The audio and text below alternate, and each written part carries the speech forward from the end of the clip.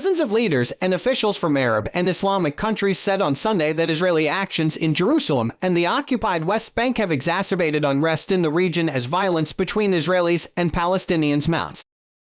Warned that it might. The meeting in Cairo was hosted by the Arab League and was attended by Egyptian President Abdel Fattah el-Sisi, Jordan's King Abdullah II, Palestinian President Mahmoud Abbas, and many foreign ministers and dignitaries. The high-level meeting took place at a time of one of the deadliest fighting in years in Jerusalem and neighboring Israeli-held territory. According to the Associated Press tally, 45 Palestinians have been killed so far this year, and a Palestinian killed 10 of them on the Israeli side during this period.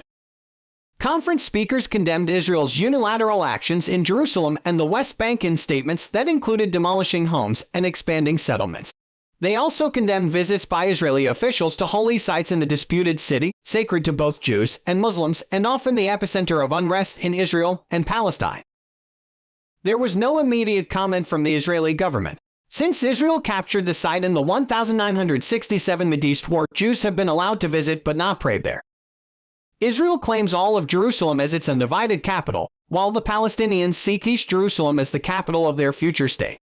He said such measures would impede the long-sought-after two-state solution to the conflict, which would leave both parties and the whole Middle East with difficult and grave options.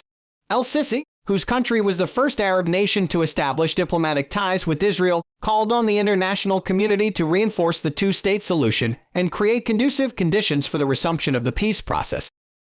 Ahmed Al-Ghai, the Secretary-General of the Pan-Arab Organization, also warned that attempts to partition the Al-Aqsa Mosque and obliterate its Arab and Islamic identity would fuel endless unrest and violence.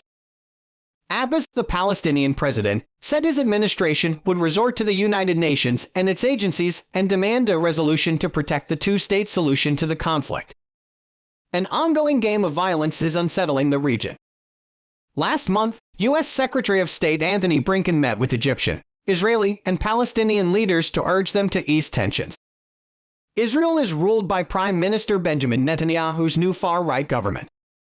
Many politicians in Netanyahu's government oppose Palestinian independence.